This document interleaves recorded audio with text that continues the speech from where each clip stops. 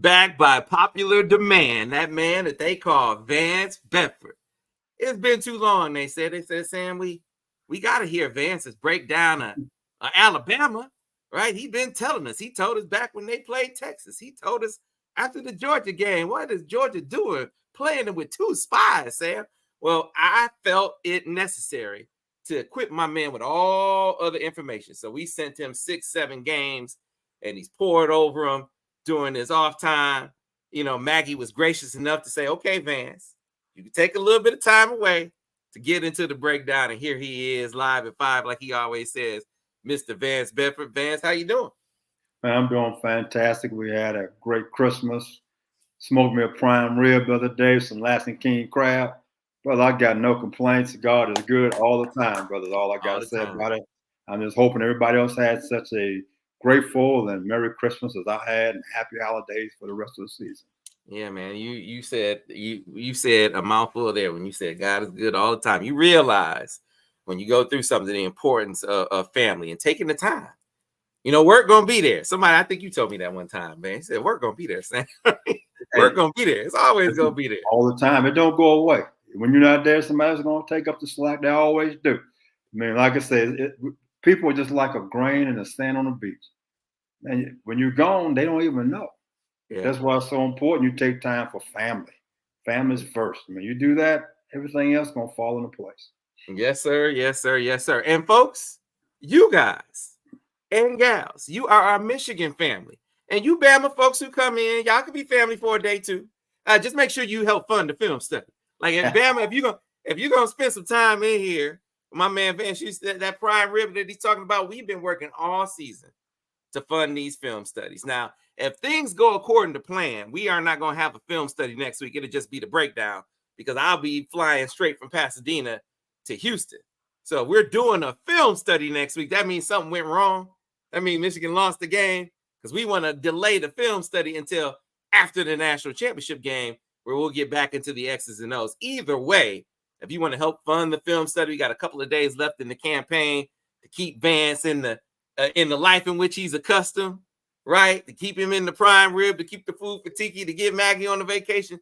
We need to do all that to keep these film studies going well into the new year and the national championship game. So I got one right now. I'm putting the link in the chat session. We're going to put a link in the description, putting the link in the comment section as well. If you can help fund the film study these next couple of days of the campaign, please do. With that, Vance, let's break down. Let's start getting into this game because you watch Bama just, regularly, watching them against Texas, and then you watch them. I know you watched them in the Georgia game. Before we get in depth and detail with your diagrams and whatnot, just give me your impressions that you had of them watching them in season before you went back and watched all this tape. They didn't know who they were. They thought that the quarterback they had was like Bryce Young and all those and Matt the kid that's with New England, that he was a drop back passer, could throw the ball all over the place. So he started the season out, first 2 games, he got benched. And they finally realized who he was, whether it's the offensive coordinator's decision or the head coach's decision, like, hey, we're going to fit this offense to fit this kid. He's a lot like Jalen Hurts was when he was there. So they're doing a lot more running, going back to old Alabama, not throwing it 50 times a game. They're going to run the ball, play action pass, run some quarterback sweeps.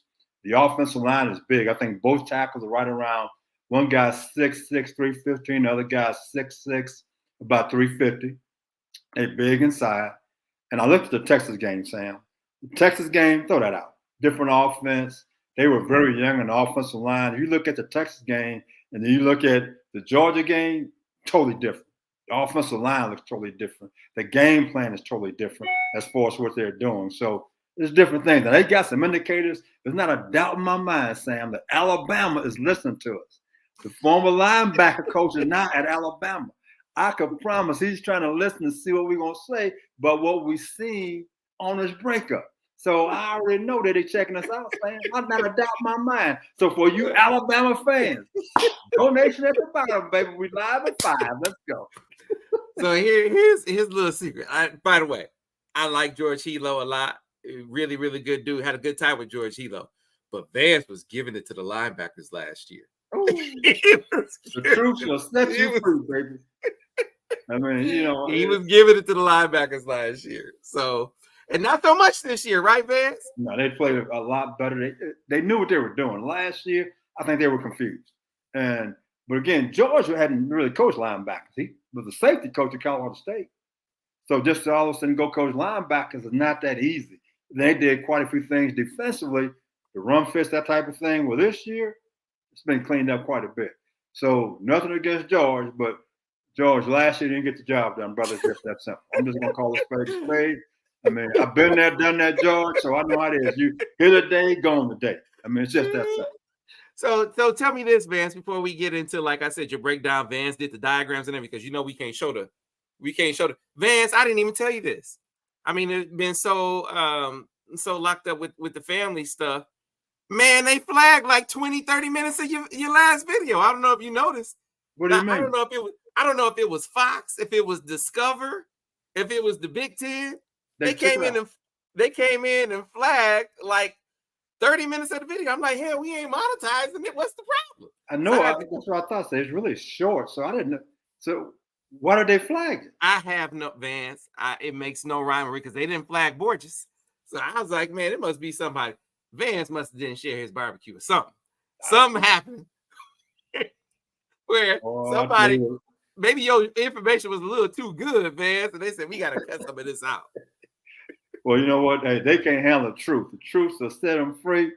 And, I put my little wisecracks in there. So maybe it's just, must have been X-rated or something. I don't know what it was. I don't know what it was, but we're going to keep doing what we do. And you guys can help us do what we do by helping fund the film study. In the meantime, in between time, Hilo hired as an analyst for Alabama leading up to this game. What kind of information, being a year removed from Michigan, how valuable can his intel be just from a coaching perspective, you think, Vance? Well, listen to all the Big Ten coaches talking about somebody on the road self-scouting and video. That's what they got right now. Alabama got that gap. Basically, he's sat in the stands for 2 years. And he has the signals and everything else. So that means that Michigan has to change their signals. And they call the line of scrimmage because he should know those things, been a linebacker coach. So it should benefit him from there. But otherwise than that, to be honest, Sam, the quarterback has to make a decision on what he has to do with the ball. They do a lot of checking from the sideline. They're not up-tempo. They do a lot of checking at the line of scrimmage. Based on what the guy in the press box sees, and he relays that down to the guy on the field, they can change their calls here and there. But at the end of the day, you still have to execute, Sam. They're going to run their offense. They're going to do what they're going to do. The most dangerous player is a quarterback. If you can contain him and make him a little nervous in the pocket, you win the ball game. Just that simple. Don't let him break off 3 or 4 times for big runs. He can run it, but he don't get back there to run it. He wants to sit in the pocket and throw the football, so that's going to benefit us quite a bit. But my man George, they got the calls and that type of thing. You got to change the signals. No big deal. And the players got to play the game. All right. So you said totally different team from Texas. I know I sent you a handful of games. Texas, A&M, Ole Miss, Georgia, sent you Auburn, Georgia, Tennessee. And Auburn, and Tennessee. Man, I sent you a lot again. All right. So as you went back over the sort of evolution of the offense, it's my theory that the new dude came in, with some ideas from Notre Dame, and then after that USF game, because USF was after the Texas game. I think they was in the dogfight against USF and they won 17-10. I think Nick sat old boy down and said, listen, man, put Milroe back in the game, and this how we about to do this. Because it was different. Yeah, this guy, he is a West Coast concept. And I know that's kind of outdated, but what you see is a lot of shifts, a lot of motions. That's a West Coast trying to disguise you with eye candy. You're going to see, you see counter, you see power, you see a bunch of boots. That's West Coast. Then you see 3-step. Now, the things that we got to defend, the kid throws a great deep ball. They're going to throw 4 or 5 deep shots a game, something we hadn't really seen, to be honest. And between the hashes, if they throw 10 balls, 8 balls going to be between the hashes about 15 to 20 yards deep. That's all West Coast. It's a lot of squaring routes, double squaring routes, dagger. Number 2 clears out. Number 1 runs a squaring route at about 15 yards deep. Then you get a high-low where Number two runs a dig, squaring route, and number one kind of pivots in and pivots back out. They're trying to get the linebackers to get out of the middle of the field, and they have hurt a lot of people with those deep squaring routes. I mean, they 15 to 20 yards deep. It's down the football field. It really is. And for example, Tennessee, he threw a post for about 50-yard touchdown pass. So they playing for the double dig, double squaring routes, but the outside guy ran a post. They blew the coverage, big play. So they're going to take shots, and we got to be ready for shots. But the biggest thing for me, Sam, is that our safeties. The corner's not key in this game. They are, don't get me wrong. But our safeties, they must tackle well. To eliminate the big run fits, everybody I've seen from Georgia to Auburn to Texas to Tennessee, the safeties made great plays in the run game. And that's why they were in the game. All those teams had a chance to win the game in the fourth quarter. So as you watched the teams that had success against against Bama, slowing them down. So you said throw the Texas game out. Throw the Texas game out. Teams that had success slowing them down after Texas did so how? How were they successful? Tennessee pressured a lot. They pressured a lot. They moved a lot. So it gave them a chance to get them out of the duo concept. They run a big duo team. Okay. So it got them out of that, and they made them run some power and gap scheme plays. And they got the quarterback behind the stick on 3rd and long. And they jumped up, I think it was 14-0, Tennessee did. But what eventually happened, their offense started struggling, had a couple of turnovers. In Alabama, they don't change. They're gonna pound you, they're gonna pound you. They start putting more quarterback runs in it, and that's key. Okay.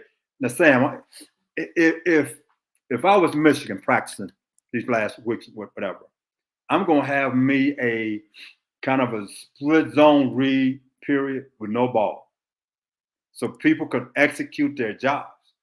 Because if you don't, and you take the wrong guy, and the quarterback pulls the ball off the split zone read, he's going for 25, 30 yards. So I'm going to have a period with no ball, so it's really option football. And then I'm going to have a period where number 45, he's a second tight end. If he's back off the line of scrimmage, I want to know where he is exactly, because they do the split zone.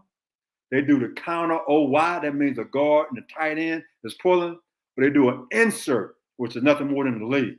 So if 45 is in the game, Sam, where is he alive? That's showing up in all the games we looked at. The next thing is, Sam, where's number 19? Number 19 lines up in the backfield. Sam, he's a wide receiver. If number 19 starts in short motion, look for a reverse or a fly sweep to him. He's a gadget guy. So 45 and 19 are two guys we need to know when they're in their game and when they're aligned because of what they do with those two guys in particular. So they have some tendencies, but again, can the kids pick it up on game day when they're getting hit in the mouth by that big offensive line coach? And Sam, they as big or bigger and more athletic than Ohio State as far as the offensive line goes. Mm-hmm. So you said one of the keys to their improvement was throwing more quarterback runs in the game. Georgia was deathly afraid of him running the football to the point where, and you talked about this already, but now that you got a chance to go back and watch, I mean, they didn't just spy him; they double spied him. They double spied at times. Is that what did you think of that strategy? And would you spy him at all?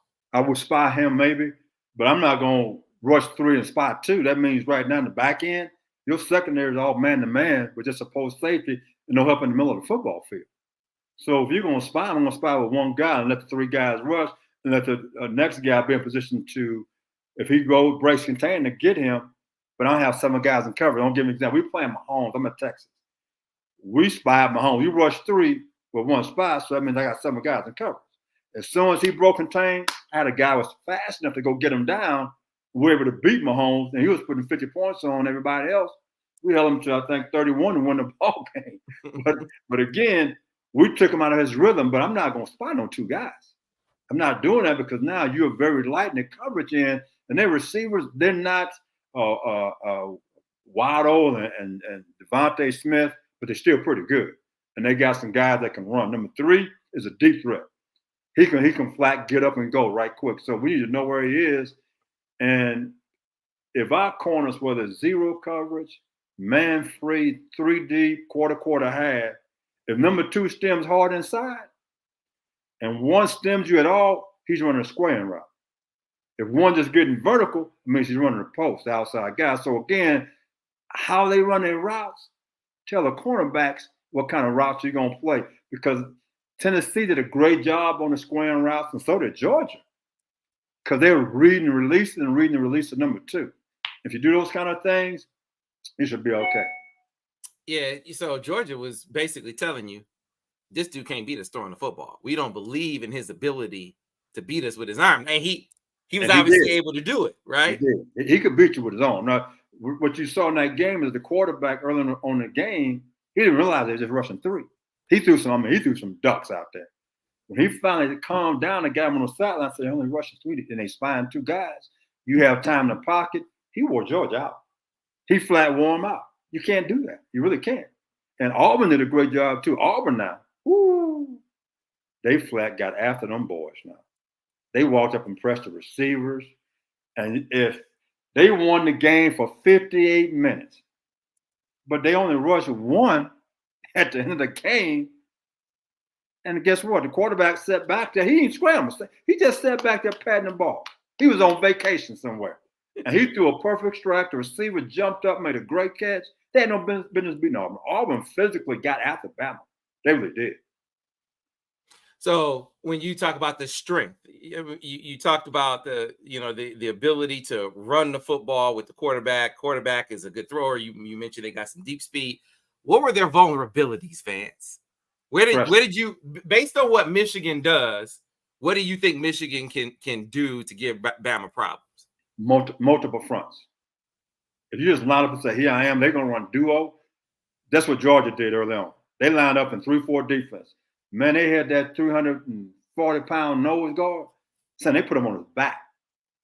They were running duo. They double guys. And they were getting 4 yards a pop.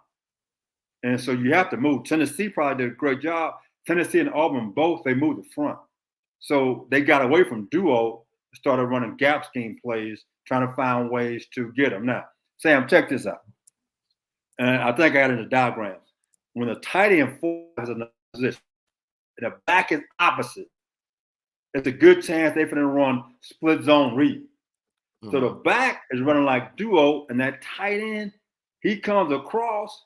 Either he can block the defensive end, or he avoids him to block the safety. The quarterback rides it and pulls out, and it's a quarterback sweep. And they hurt Tennessee with that play because Tennessee didn't execute it properly. They hurt Georgia with that play in the 4th quarter. There's a split zone read, and the quarterback kept it. Then off the same look, they run the split zone read, and they run a boot off of it.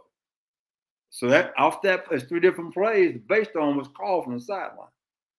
And all right, so Tennessee in the 4th quarter didn't execute, and the quarterback pulled up and popped one for about 40 yards. Had nobody on the quarterback. So Vance, I am going to I'm gonna start putting your diagrams up, and you can just talk about each diagram. Folks, you can start putting your questions in the comment section for Vance right now, or in the chat session right now for Vance. And after we get through all of his diagrams, I'll start getting to your questions. This is what we do, and we can't show the video because we don't want Fox coming after us, right? So Vance said, hey, I could draw some things up. So I'll share the first diagram right now. I know what Fox came after us because I was talking about how them guys were calling the game, how they weren't very good. That's probably why they got mad, because I was telling the truth about how confused people calling the game were, because they were confused, had no idea what they were talking about. That's why Fox came and got those plays. They couldn't let us embarrass those guys because the truth shall set you free. And I set them free. You know what I'm saying? Now, you know that's probably what it was. You can't talk about the big money people. So people who watch this, I apologize that you missed some of it, because I was honest about how terrible those guys were, and they were awful. Right, and understand, it wasn't that, they said if you leave this part of the video in, nobody can see it. It wasn't just that you can't monetize it, which we weren't doing. It's like your video would be visible to nobody. I was like, man, wow, I've never seen that before. So yeah, they came down pretty hard. But Vance, I'm riding with you, and the people riding with you till the wheels fall off, man. We're gonna keep doing what we do. So here is the first diagram right here, Vance. Is that up on your screen? Okay, that's great. Yes, it is. Okay, now they do this on 2nd and long and 3rd down. This is empty. Okay, as you look at the picture to the left, that's a high low linebacker. See, the guy on the ball, the key thing is the guy that's on the ball normally going deep. He stems outside vertical, runs a square and run about 15 yards deep. The guy on the outside pivots in and pivots out. So if the linebacker drives a low route, the square route's open for 15 yards deep. To the right, where you got three guys, you got one guy right over the ball, easy throw. Number two is clearing out, an outside guy. He's running a 10 to 15. If it's 3rd and 15, that's going to run that route 15 yards deep. They spread the field so the quarterback can visualize and see what's going on. Easy throw. This is all West Coast concept. Guys are going to the spot, quarterback throwing the ball on rhythm. And the biggest thing is when they run empty, you got to show your hand. If you man to man, linebacker's going to go out and cover either tight end or back. If they don't, they know you're in zone. So now the quarterback has an idea where he wants to go with the football. Okay. But again, you see in a hollow concept, the diagram to the left. If you're in cover 2, ball is going to the X run, the square route. If you're in quarter half, based on where things are, then they're going to work the 3 receiver side. And the longest throw is an outside throw, and that ball kind of floats out there sometimes. But the cornerback got to be willing to take a chance and go make a play. Okay? And you saw it show up in where were you seeing it? Was this in every game? Was Auburn. This was Auburn. Oh, okay. It showed up in the Auburn game. Okay. All right. Let's go ahead and get the next diagram in. And let me go ahead and add the next one in there right now. And this is diagram number 2. Vance went to work. Oh, I he went to work on these. So let's share that screen. Here's diagram number 2, Vance. Okay. Here we go right here. Now, again, I talked about, see the why he goes in short motion. Off of this, they either can run the ball or throw the football. But now, all year long, so we've been talking about cut splits. Mm-hmm. So the X to the field is on the hash. That's a cut split. When a Y goes in motion, he's going to the boundary. So again, you're getting full zone one way. The back is diving.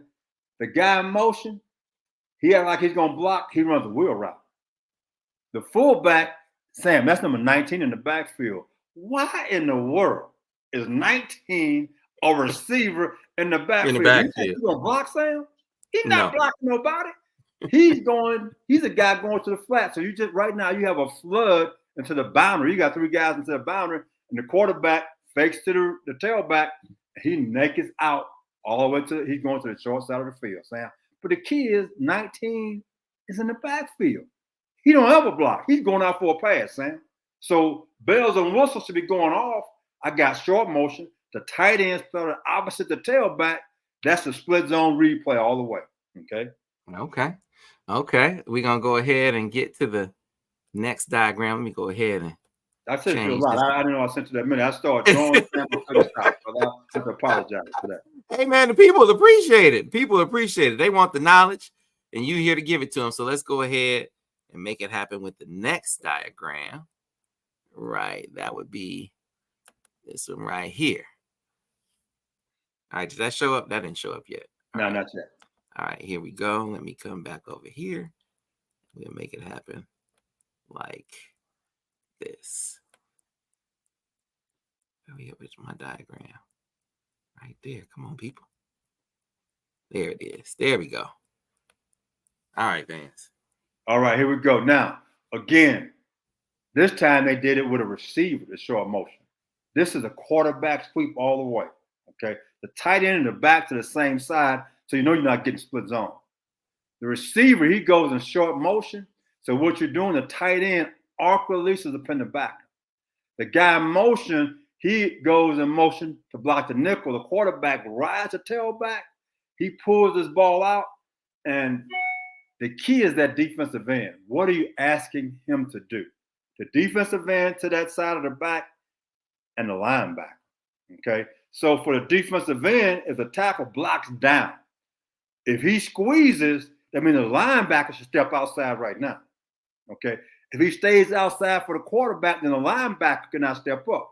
What Tennessee made a mistake at, Sam, the end closed down for the dive.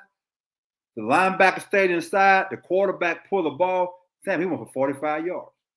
Again, they didn't read it right. So the end and the backer to that side, they got to talk. If the end closes, the backer got to step outside for the quarterback.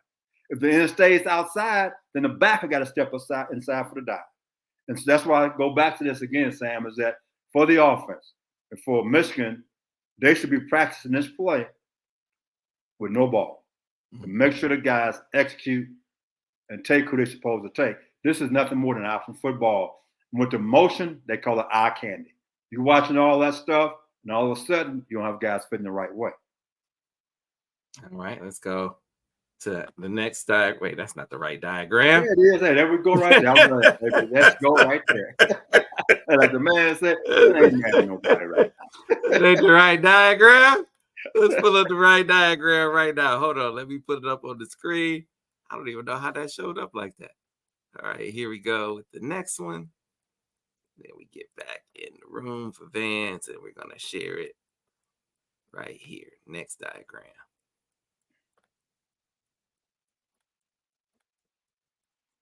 All right, here we go, Vance. Right there.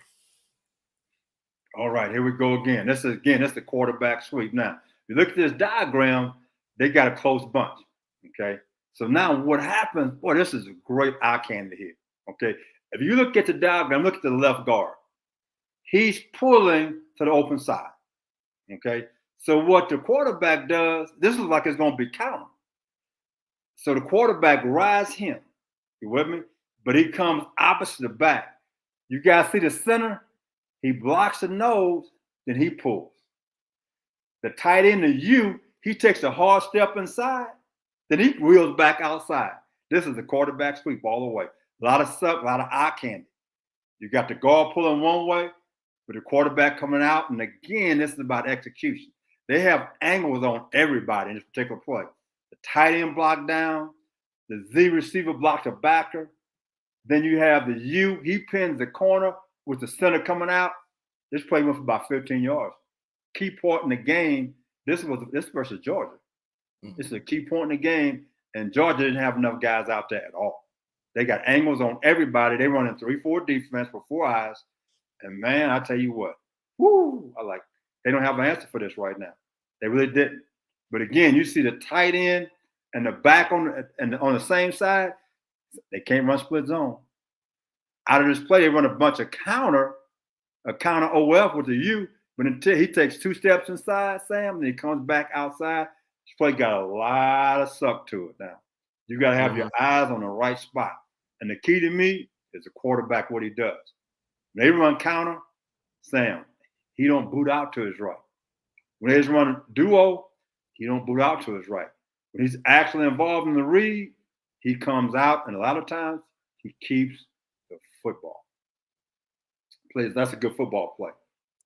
But if I was playing Alabama, I saw this situation, I'm going to the ball game, Sam, I'm checking the light. I'm walking them back up right between the Z and Y, and I'm blitzing them off the edge right now. It's always going to be automatic check. In the first half, in the second half, I might get out of it and go to a different check. But right now, there's just this play right here. They throw the football, but he better get it off real fast. Because I'm going to go blitz him right now. It's going to be automatic check. It's a check with me to the sideline. As soon as they see this formation tight bunch, I got my hands up. We're going this blitz right now. We're blitzing off the edge right now.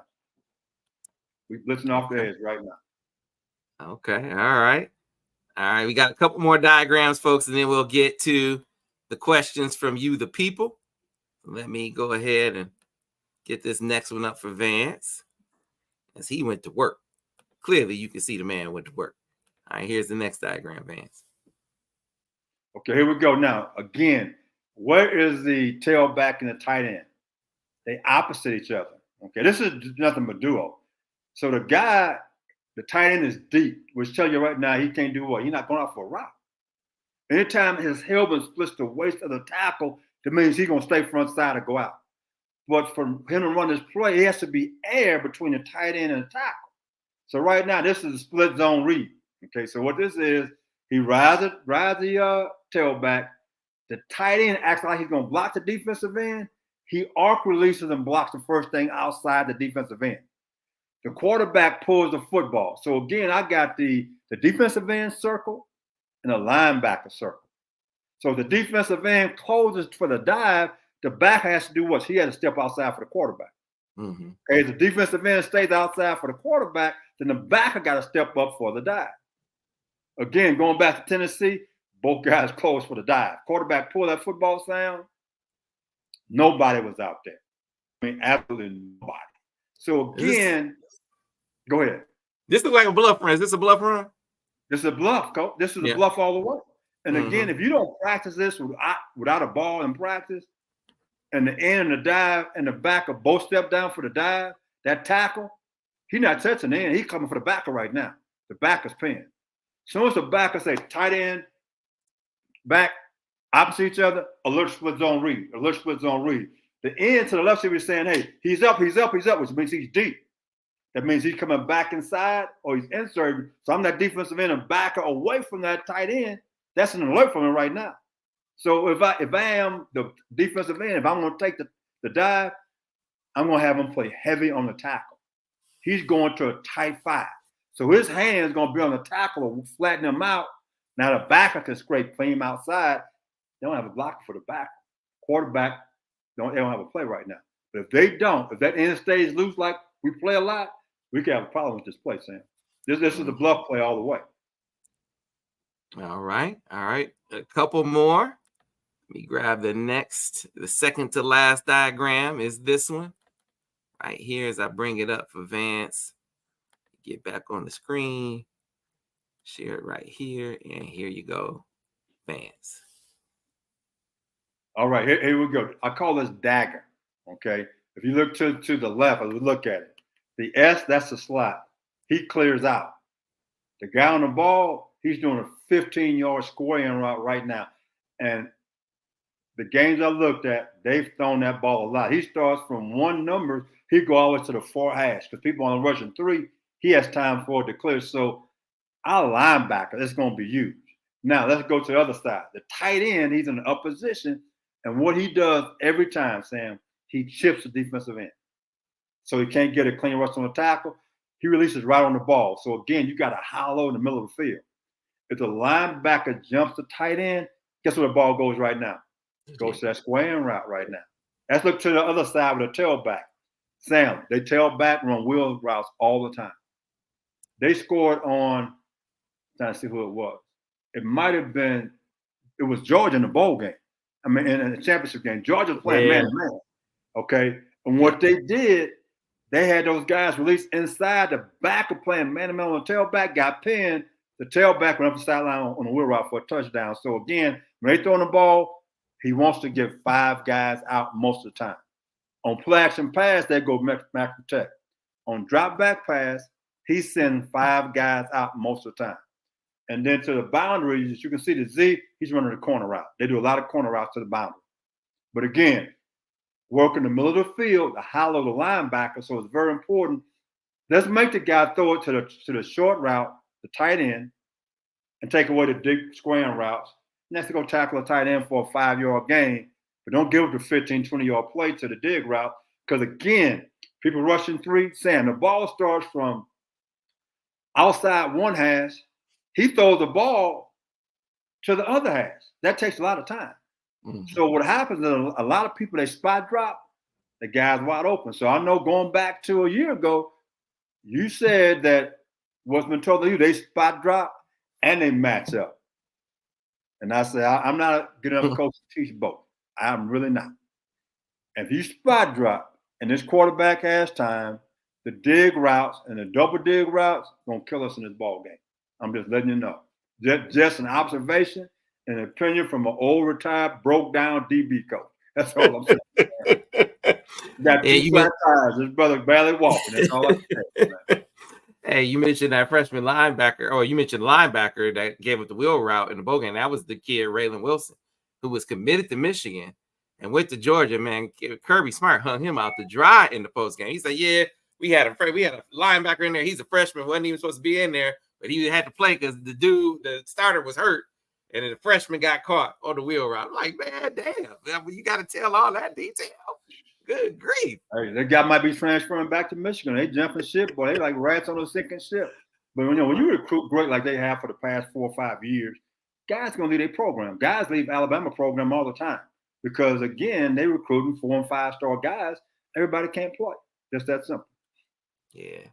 All right. And last diagram before we get to the questions, people, is coming up right here. So let me bring this up for Vance, and appreciate Vance for putting in all this effort to bring you some visual aids, folks. Bring you some visual aids to help with your understanding of what it is Michigan is going to see. So here's the last diagram, Vance. Okay, here we go right now. Again, you're not going to believe this, Sam. Where is the tight end and the back? You're not going to believe it. They're opposite. You see what I'm talking about? This is it's a bluff play again. Okay, the X got a cut split. Tight end, he goes in short motion. The ball is snapped and it gets to the guard. So you're getting full zone. It's like duo. And he's awkward releasing on it for anything that shows. Now, if the end closes down, the tight end is going up for the first thing that shows, the quarterback pulling his football, he's going with it outside. Okay. If the end stays outside, then that tight end will block him. So again, it's a replay. End closes, they're looking for the backer. They put the backer, they're putting it on the secondary now for support. And again, the quarterback, I think, is 6'2", 215. He's probably the best running back they have on the football team. He's better than the guys that actually playing running back. He's that good. And the key to this game, Sam, you got to pressure this guy. He likes to scramble to his right because he's right-handed. If he scrambles to his right, he'll still try to throw the football. If he scrambles to his left, he doesn't try to throw the football as much. He's going to pull it down and start running. So the key is, if you make him scramble where? To his non-throwing hand, his left hand. So understand where you are. For a defensive end, I've been watching all these videos, Sam, and guys rush right down the middle of guys at 6'6", 350. If you rush right down the middle, you don't have outside leverage. So guess what he does? He just outruns guys to the field. So if I engage the offensive tackle, I've got to engage him long arm.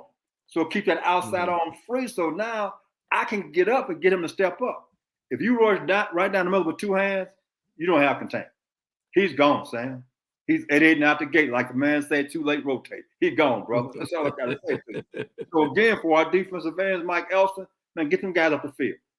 Get the guys up the field, get on the edge and pressure from outside in. And one thing about the offensive line that we hadn't seen, they quick set. And what they do, instead of dropping back like a lot of people do, they take 1, 2, and they try to punch you. And they do that in case you got twist on to try to hit the twist before it ever gets started. So that's something we hadn't seen from offensive line play in the Big Ten. All right, folks. It is time to get to the Q&A portion of the program, of the breakdown with Vance Bedford. If you have questions for Vance, get them in the comment section now. We will get in as many as we can from you, the people, to the man we call Vance. And so let's go ahead and start lining them up right now. To get to your point about practicing without the ball, Ottawa Traveler said, I heard NFL teams simulate Lamar Jackson by practicing 2 QBs. If Orji isn't a great, if he's not a great passer, they could do that. They could use him to simulate, which I think they are using him to help simulate Jalen Milroe. I would do that, Sam. Anytime you have an athletic quarterback, I would either have a running back playing quarterback from a scout team or receiver. And the biggest thing I'll tell a guy, I don't know what you have to step up. Anytime I see the defensive end and he rushes right down the middle, boogie outside and let's go. Right now. I mean, so I'm going to have an athlete. Then if I get into a passing period like third down, third and long, I don't have a quarterback in there because I don't want him to scramble and throw routes. If I get third down and 3 to 5, I'm going to put back my receiver who can throw it decently and have him in there running my plays. Because I can still run the football, which they would do, or he could scramble on 3rd and 5 for a first down or throw. So again, I'm going to do that in practice so our guys can get a certain feel for what's going on. Because if you don't, and you just put a quarterback back there, our defensive line is going to have a false sense of security about who they got to go tackle. Okay, let's go back to the questions for Vance. Get yours in the comment section if you want them in here. All right. So Malachi says, I'm throwing screens all day and make them tackle in space. Do you think that is something? I think this is a Bama guy who thinks Michigan can't tackle in space. You think that's an effective game plan? No, they're not a screen team. So I don't, the games I watch, they're not a big screen team, Sam. That's not what they do. They're on get my quarterback on the edge. I'm going to run naked. I'm going to go to empty, throw the ball quick. I'm running the back, running wheel routes, those type of things. They're not a screen team. And part of the reason, because the offensive line, they might run some. The offensive line is so big, You're asking for big guys to get out there in open space to go block guys. So why would I do something I hadn't done and it hadn't shown up? Because that's not who they are. They're going to always have a back going out. If you got a linebacker with them one-on-one, they have an advantage. So that's just as good as a screen. All right. Yeah. Sorry about that, Malachi. He's actually a Michigan fan, saying he would, if he's Michigan, he's throwing screens and forcing Bama to try to tackle in space. I tell you what, Michigan not a screen team though either. They're not, but when Bama on defense, they're gonna walk up and press our guys a lot. They run 4 press, they run rip and liz, which is 3 match. So again, they are pressing, and they big up front, but they linebackers can run. They tackle in space pretty good. Those safeties can tackle, but to me, the advantage we have, Sam, are our 2 tight ends now. Our 2 tight ends is a big advantage for us in the pass game. Okay. All right. Let's go ahead and get to the next question for Vance. And again, keep them coming in the comment section. Jake Sandwich says, Vance, is Mikey Sainristil to get an interception in this game? He's been on the roll. Yeah, he called my man Sticky Fingers. Yeah, Sticky Fingers gonna get him one, baby. Hey, he gonna see what's going on. He gonna read the routes. He's gonna jump it. Now, Bama plays a lot of 12 personnel. That's 2 tight ends, 1 back. So they're gonna keep us in base. So Mikey gonna be playing probably more corner. Now, if they go to 11 personnel, you go to nickel. But 12, they in 12 personnel. They've been in 21 personnel, something we hadn't seen a lot of, except for Iowa ran some 12 and 22 personnel. We're going to see some of that. So we're going to be playing probably more base defense in this game if they stick to what they've been doing than any game we've seen. Because if I'm Alabama, I'm going to play 12 personnel versus Michigan. That's what I'm being. Because the tight ends, they motion a lot and things they do. I'm going to make you go to base defense because you don't do as much in base defense, blitz-wise, as you do in nickel. All right, let's go back to the questions for Vance. A lot of Bama fans in here. I realized while we were doing the diagrams, there's Bama fans all over here, Vance. Man, what did I tell you? I told you that, didn't I? Hey, you know what happened? Ohio State fans called the Bama fans and said, man, you need to watch that show. They're going to give you some information. Thank you, Columbus. Even though they didn't cover America, but thank you. All right.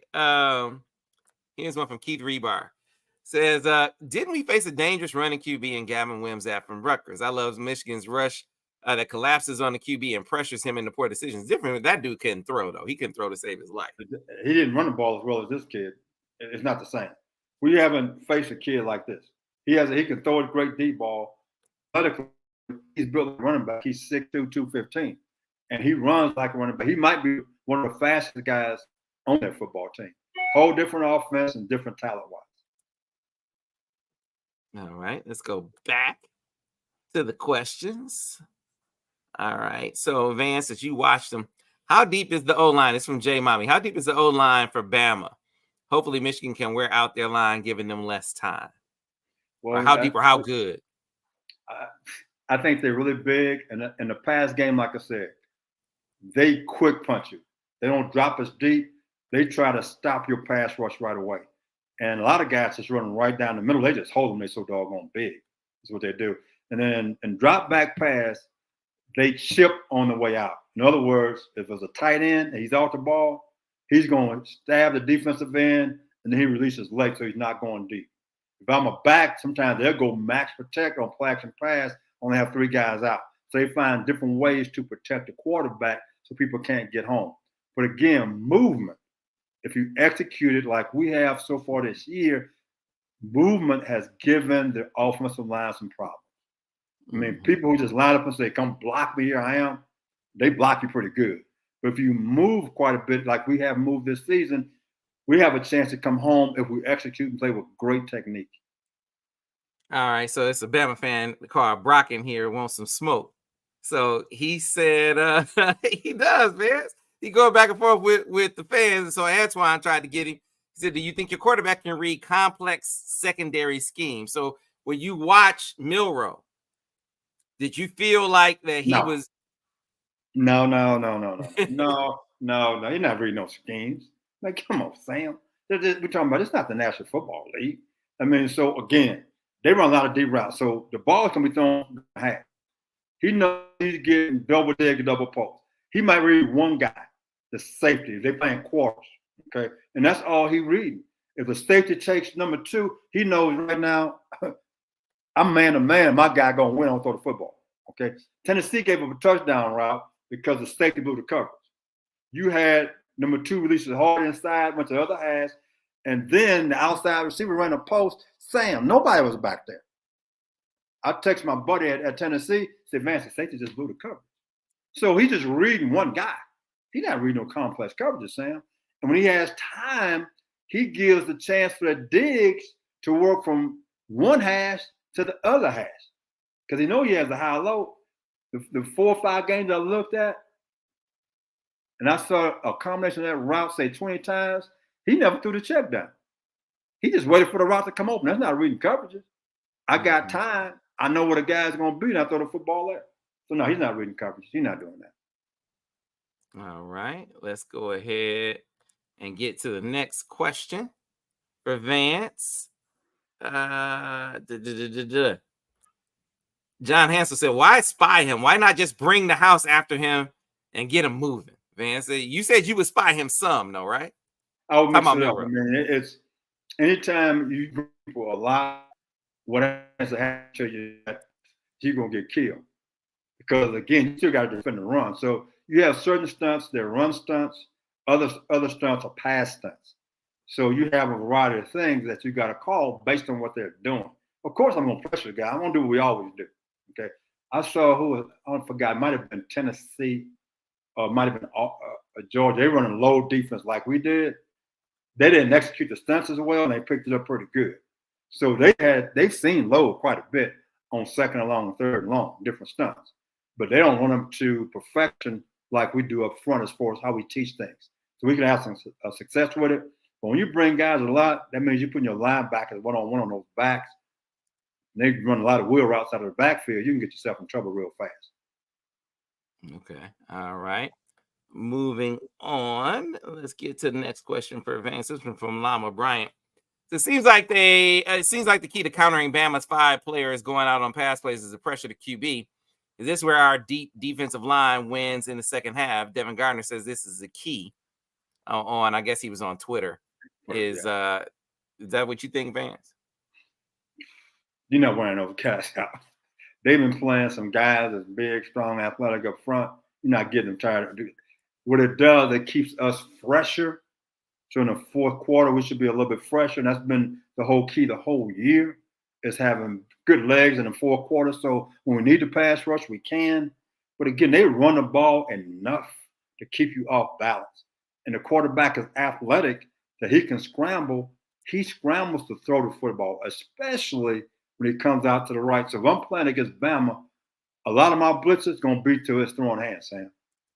I'm going to try to make him go away from his passing hand, make him come out to his left, which means he's going to pull the ball down and run it. Okay, so even if the ball is on the hash, I might have the tendency again, unless I'm thinking boot, is to come from his throwing hand. So that means the defensive end away from him must get up the field because you're going to get free sacks.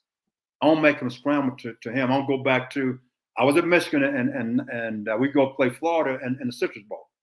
Well, what we did to Tim Tebow, we blitzed him from his left, his throwing hand. Mm-hmm. We said 2 things. Don't let him scramble to his left and don't let him step up. So our whole philosophy was everything we did, we blitzed from his left hand. We make him go out to his right. Well, he wasn't going to throw the football most of the time, scrambling to his right because, he's left-hand quarterback. So that was the key in the game to take away what he did. So, again, coming from that and been around other guys I've coached with, he do like when I was in the NFL, and back then it was a lot of West Coast teams. So majority of our blitzes, Sam, was for that particular week, was coming from the right, from the defensive left to the offensive right, because most of the plays was going to the offensive right side. So that's how our pressures were designed for West Coast teams. But get Sam, we can play a West Coast team right now. Mm-hmm. So going to those concepts I learned in the past, I'm blitzing defensive left, offensive right, make the quarterback do something different.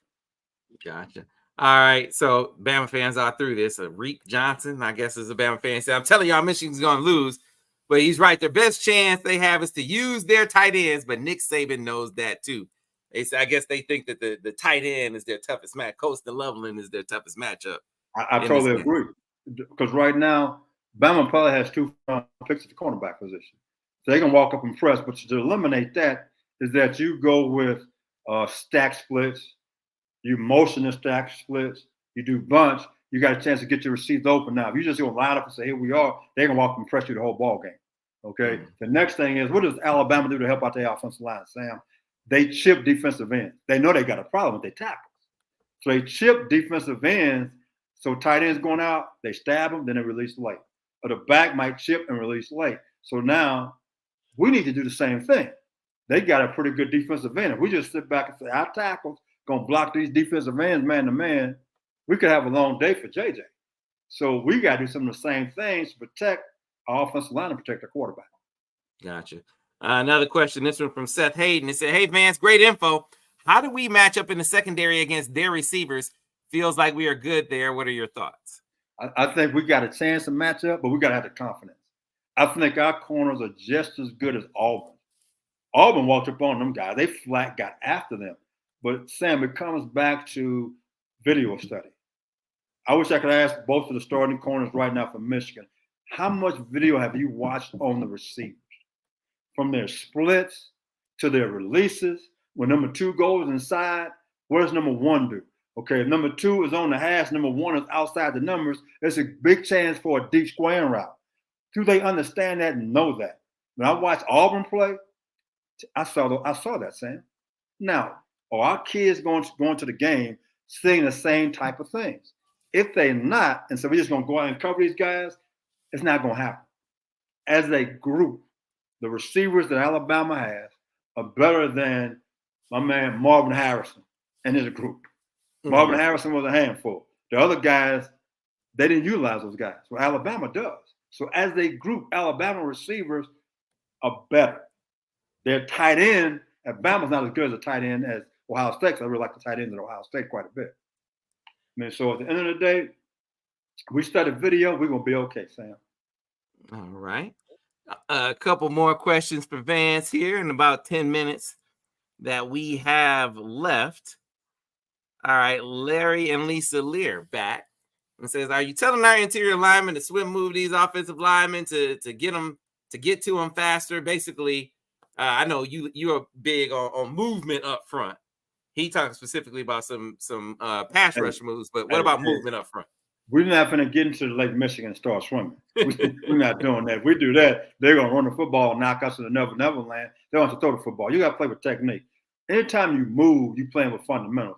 You're keeping your shoulder square. You're playing low. You're attacking a certain position, a certain spot on offensive line. Let's say if I'm a defensive end, 5 technique, and I'm moving to get all the way to the A gap. Okay, my visual key has to be the guard, not the guy I'm on. So my movement, my steps has to go to put my hand placement on that guy. If you swim a guy, that means I'm giving somebody a chance to hit me in the chest. We're going to have a heart attack out there to hit us in the chest so hard. You can't swim anybody. You got to play with fundamentals, technique, and proper hand placement. All right. Let's get to the next question. Brian Carroll. Hey, Sam and Vance, is it better for our ends to employ slow till you know or get after Milroe early to disrupt him and contain him? What do you say, Vance? Man, I'm getting after him as quick as I can. I'm attacking. See, slow till you know comes back to the idea of run fit. I'm in a gap, and once the guy declares, then I can fall back after I have my own home taken care of. I'm a defensive end, for example, and I recognize pass because of a set or a stance. I'm flying up the field. I'm trying to get that shoulder to turn the tackle to turn the shoulders. Then I'm going to attack his outside half, and I'm going to press him back until I'm going to walk him back into the quarterback. So now I got the edge contained. I got the inside gap squeezed off. So I'm not swimming anybody. I'm getting up the field, and then I squeeze late to constrict the inside gap, keeping my outside arm free. All right, we're going to have to put some of these Bama users in timeout. We're going to put a couple of them in timeout. So we can actually find some questions. It's just Bama fans talking about the trash. Hard to find all the questions, man. All right. So the next one, this one from Evan.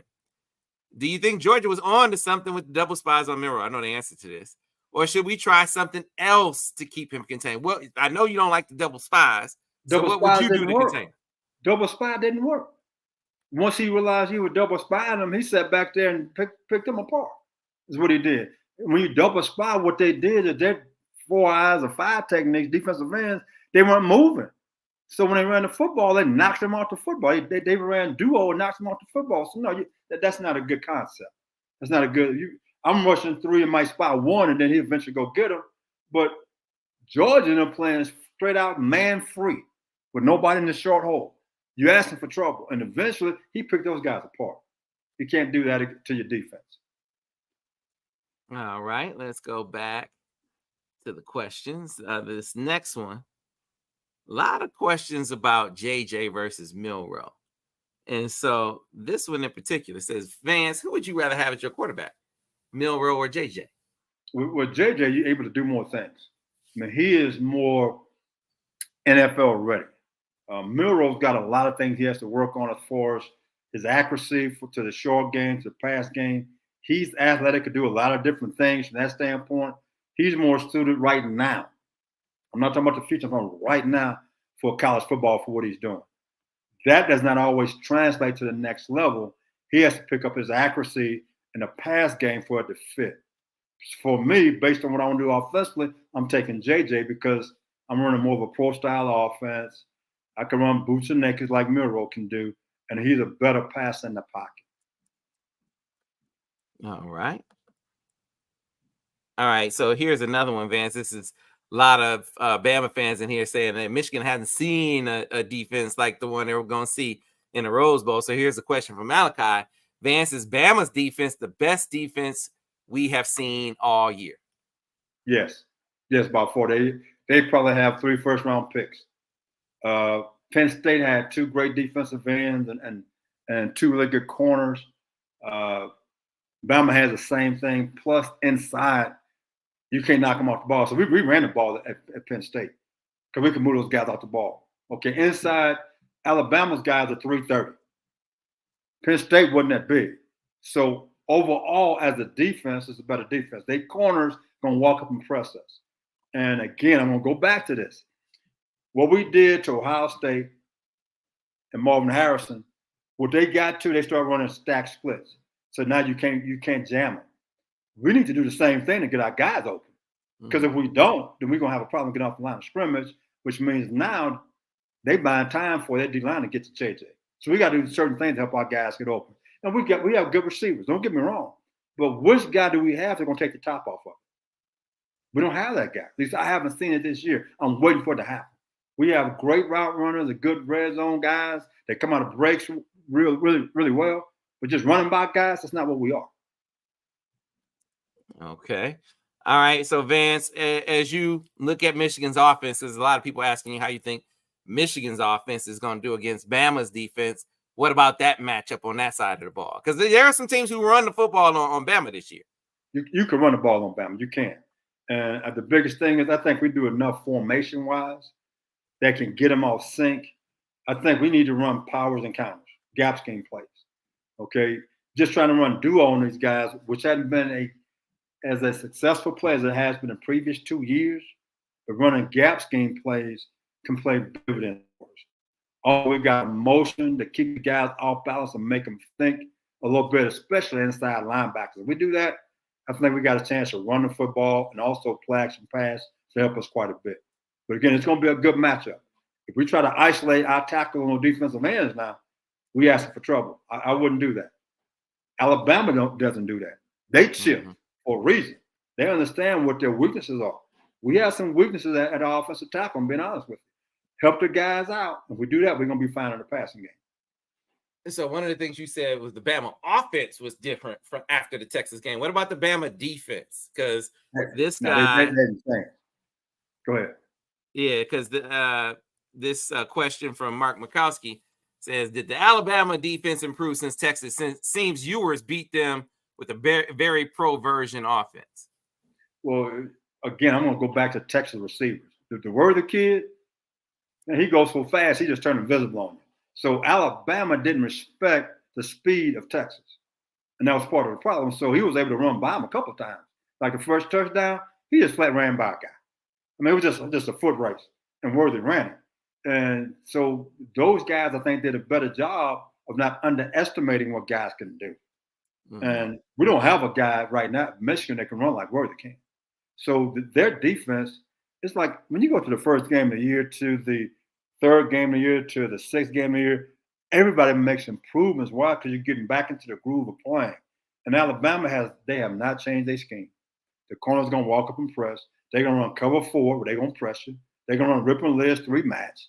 And then they're going to blitz you. That's it. And guess what they run, Sam? They also run nickel Sam and angle. They also bring cowboy. They do some of the same things defensively that we do. So give me your prediction, Vance. How is this game going to play out? Inquiring minds want to know.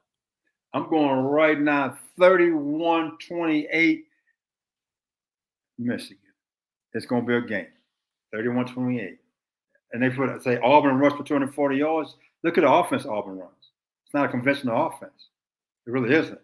What Auburn runs on offense, they up-tempo offensively. They run a lot of spread and zone read plays, which, again, it makes you think. And you don't fit it right, like a bluff play Alabama runs, the same type of play. You don't fit it right, the ball comes out. We're more of a duo, a gap scheme, totally different type of offenses to attack what they do. We don't run those kind of plays. I think if JJ is healthy and he uses his legs, he can be effective in the run game versus Alabama. All right, folks. That's a hell of a session right there. We're going to be back next week with a breakdown of this game. An offensive breakdown with Al, defensive breakdown with Vance. We'll get Devin on with a breakdown. We don't want any film studies next week. Because if we're doing a film study next week, that means I'm back in Ann Arbor. I don't want to be back in Ann Arbor next week. I want to go straight from Cali down to Texas by way of Houston, where I can meet up with my man Vance. He said he's going to be in H-Town. If we're in H-Town, we want to see all y'all in H-Town too. There you go. We're gonna have a gathering. We're gonna have a get together. We're gonna tell Vance to pick the spot, and we're gonna meet up. We're gonna have a good time. That's the hope. So hopefully, no film study next week. Film studies will return in a couple of weeks. You can help fund the film study by clicking that PayPal link in the comment section, clicking this link that I'm putting right now in the chat session. Only a couple of days left in the fundraising campaign to fund the film studies into the national championship game and into New Year, because we don't make, hey, Fox, you see all those diagrams that we put in here? We did that so we don't have to use the video. Hey, Sam. We don't monetize. Hey, you tell Fox they should be donating a whole lot of money, because right now they're going to cut my film study back because we did such a good job and they guys didn't send us some money. Same thing for those butter ducks up in Columbus. They got all that information from us and still didn't help them win because they didn't listen to the show. Send your money. For all you Bama fans that talk to people in Columbus, Ohio, you should be donating money too, because we're going to beat you guys. So, because George Hilo is watching this video, Sam, he's saying, hey, see, Vance, we actually listened to some of the things he said, so we got to be careful to change some things up. It's all good, boy. Like, hey, it's like poke bone, baby. Let's get it going. So we'll see you on the breakdowns next week. We'll be breaking down the Rose Bowl with the team as normal, getting back into the recruiting game, getting some portal notes as well. All of that coming over on TMI. Breakdowns coming up next week again right here on the YouTube channel, the Facebook channel, and on Twitter. And then hopefully the next week will be the return of the film studies. Until then, folks. I got one more thing, Sam. You guys see on the back of the wall right here? See that right there, Sam? It says 1997 National Champions. I'm looking for that right now. I'm looking for to see you and the fans in H-Town. We went out. And again, instead of saying 1997, we're moving to the 2000s, Sam. It's going to be 2023 National Champions. If you don't believe, then get off the video. Don't think, I know. For you guys to think, it's like wishing. It don't ever work out. I know we're going to be there. I hope to see you and come join us. Go Blue. All right, folks. That'll do it. Until next time, thanks for watching another edition of the Michigan Football Breakdown, focused on the defense, Rose Bowl edition with Vance Bedford. We'll see you next time. Go Blue.